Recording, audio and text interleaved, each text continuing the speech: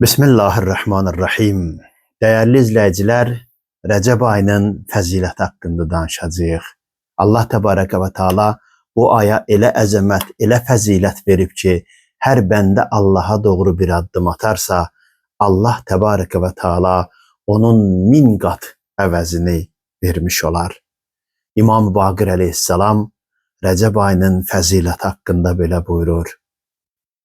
Men sâme min recebin yevmen vahida min evvelihi ev vesetihi ev ahirihi evcebellahu lehul cenneh ve cealehu ma'ana fi derecatina yevmel kıyame.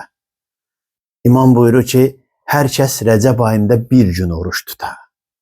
İster evvelinde olsun, ister ayın ortasında olsun, ister ayın sonunda. Allah Təbarəkə və Teala ona cənnəti müjdə verər, mükafat verər və o qiyamət günündə bizimlə eyni məqamda olar. Dəyərli izləyicilər, imamət məqamı elə bir yüksək məqamdır ki, peyğəmbərlərə peyğəmbərlik veriləndən sonra imamət məqamına çatıblar. Bəndə bu mübarək ayda Allahla olanda, Allah üçün oruç tutanda, Allah üçün bu ayda bir gün yaşasa, Allah Təbarəkə və Teala o məqamın cənnətdəki mükafatını bəndəsinə əta eləyər. Allaha and verə izzətinə, cəlalına ki, bizi Recep ayının savabından məhrum eləməsin.